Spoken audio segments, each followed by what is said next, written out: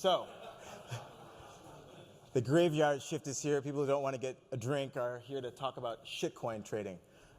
So I actually don't trade any ICOs. I run a derivatives trading platform, but I sit on the sidelines and watch the interesting things that happen in the ICO market. So I wanted to share some interesting charts that our research team put together. So this presentation will be posted on our research.bitmex.com in a few weeks.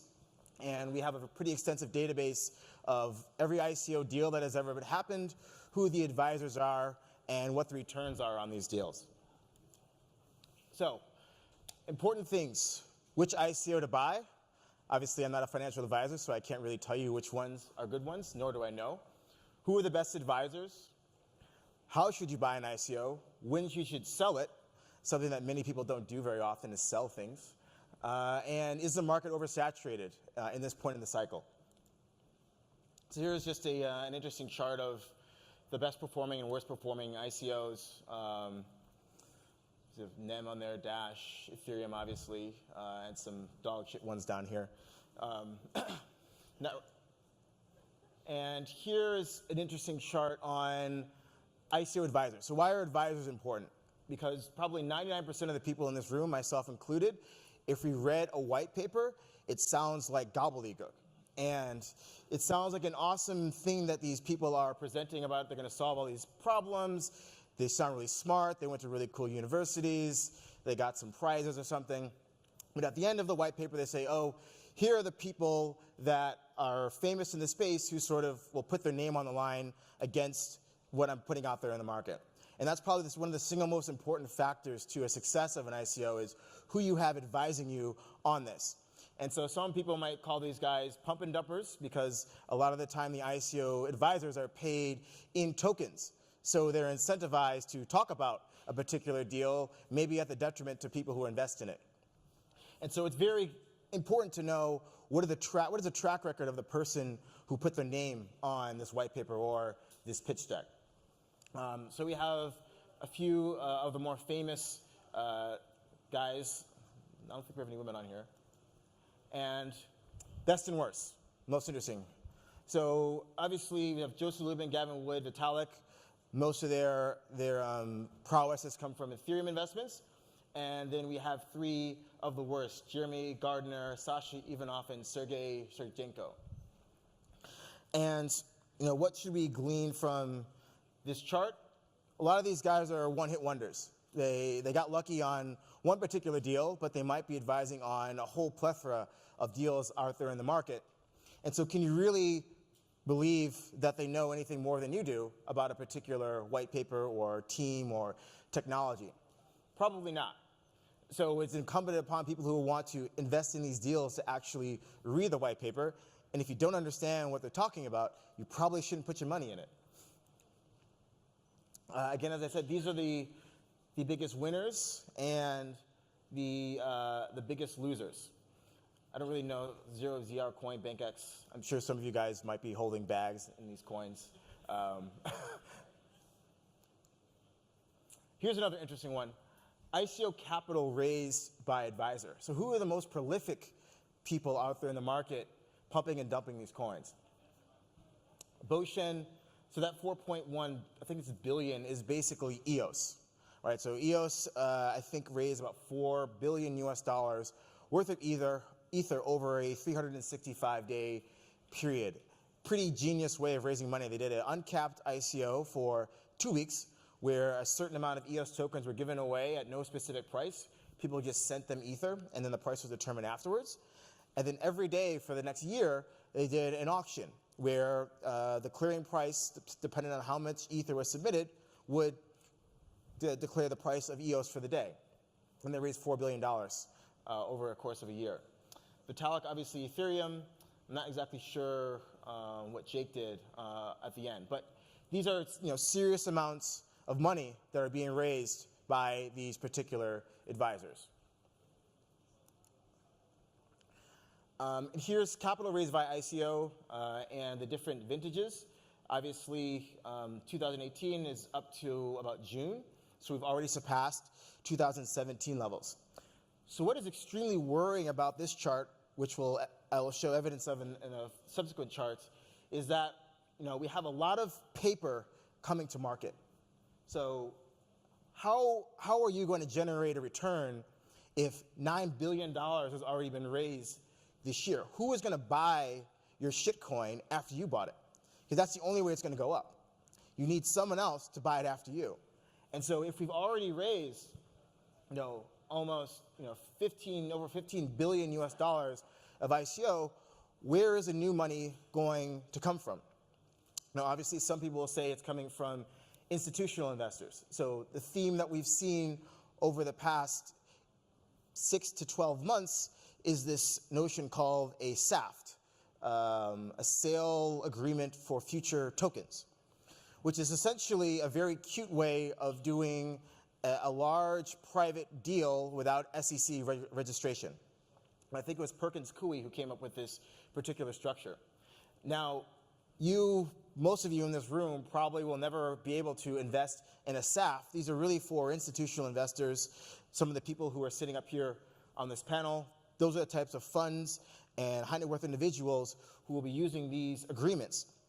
And so whereas in 2014 and 2015, a group of people would get together, they put up a website, they put up an address, and anyone who had Bitcoin could submit for that particular deal, and then they would get tokens at a future date. Now what we have happening is an entire deal is pre-syndicated before it ever hits the retail marketplace. And a small sliver will be offered to everyone else in the public markets, and the returns suffer at that point, because if everyone else got in at a better price than you, and you get in at the public market, where is your incremental return going to come from? And it shows in the ICO returns. So we took all of the deals that have happened since 2013, and we marked them to market about a week ago. And we put them in different time buckets to show the different vintages of deals. And so obviously 2015 stands out as the best year to have invested in ICOs in terms of what the value is today. And obviously, if we go back to this chart, only about $200 million was raised in that year. So obviously we have a lot of hype in the market, more people getting involved, and they're probably going to buy a deal that already happened first. So the 2015 investors make a return, and then they're going to go and try to find the next 100x or 200x deal in the pipeline. And so what we've seen is a pretty dramatic drop-off in the return of deals after 2015 to where basically in 2018, where we've raised the most money so far, we have the worst return mark to market. Now, the returns aren't down on average, which is a good thing, but that just probably means that people haven't realized that they should start selling. And once they start selling, it's not going to be very pretty. Now, here's a more sophisticated way to get in and out of an ICO. Buy the ICO, and 1 month after it lists on a secondary market, dump it. And here are the returns, which, not bad. 2x on your money, 1x on your money, for essentially taking probably a 6 to 9 month bet, but you're not rolling the dice that the thing is actually going to be successful. Like a popular IPO, you've gotten in with an allocation at a good price, and you're dumping it on the market once it hits the general public. Another caveat to this is the most successful ICO traders or investors or whatever you want to call them are only operating in the pre-sale round.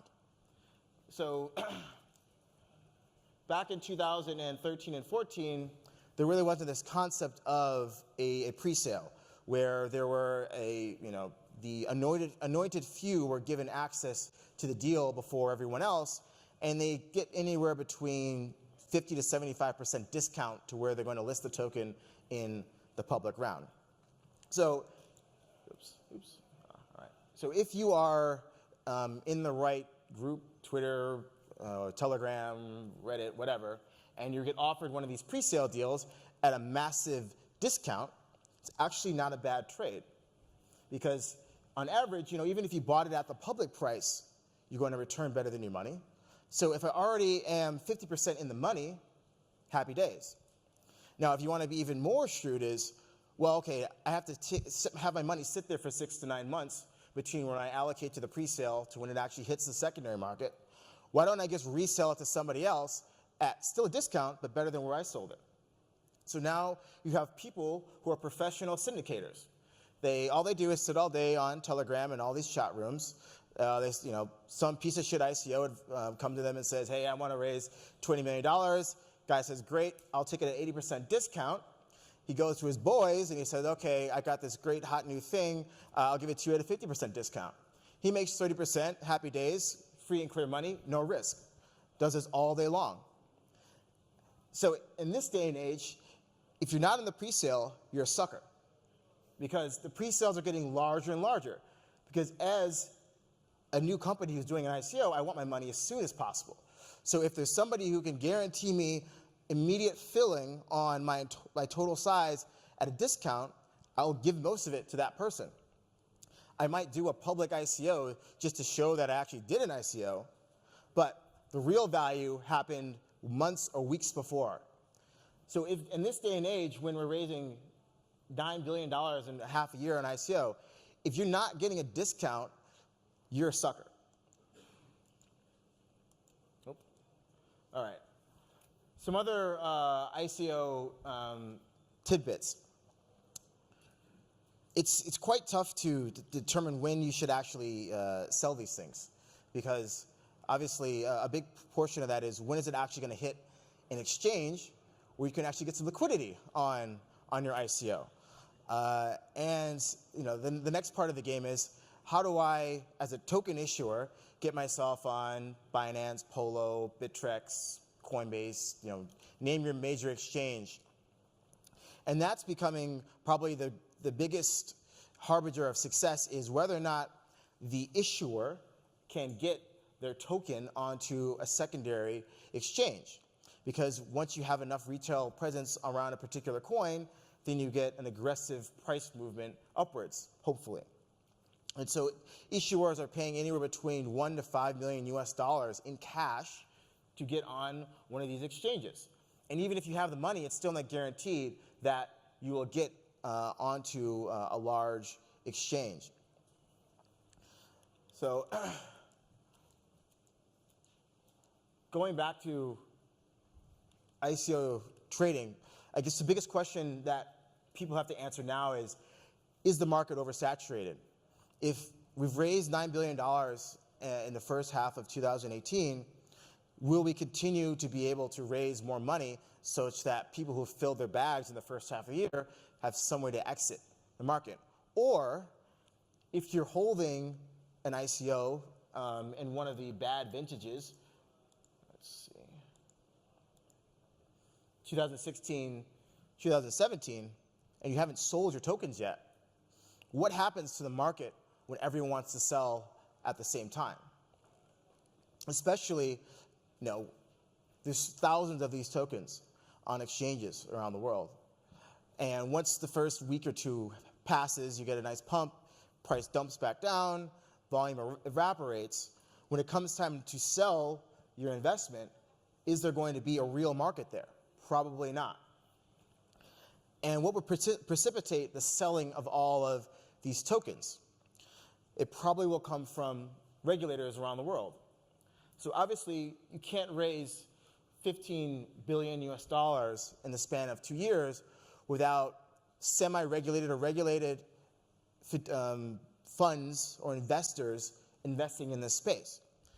Now, if the regulator comes around and says, well, actually, you might have been trading in unlicensed securities, we might give you a fine, we might dock your license, and you have a big multi-strat fund, what's the first thing you're going to do? This might only represent not even a percentage of your total investable assets. You're going to dump it. And you're going to be indiscriminate about the price you receive because you have a regulatory action which could be fatal to your fund. And so I think that if you can get out now, it's probably a good time, because the rhetoric coming from regulators around the world has not been that positive on the ICO space. At BitMEX, we don't deal in any ICOs, mainly because I don't want to deal with shit from regulators all day. But if you look at what's going on and what they care about, they really are hung up on this notion of allowing anyone around the world to invest freely in projects. Now, whether or not that's a good or bad thing is irrelevant. It's just the fact that there's so much attention around this space.